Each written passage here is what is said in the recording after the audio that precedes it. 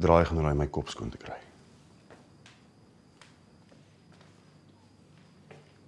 Ek gaan dit vir jou mooi verduidelik.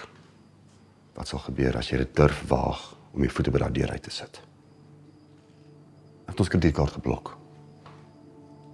En ek sal nie huiwer om ons ander rekening te sluit nie. Ek het gedink dis wat jy gaan doen. So ek het 'n lening aangegaan. Nou loop dan, teef! Ek het jou nie nodig nie.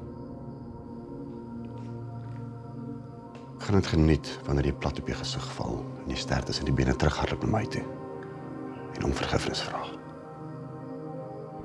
Ek gaan in jou gesig lag. Ek sal suksesvol wees. Maar ek sal nie vir jou lag nie. Ek sal net jammer kry. Waag dit!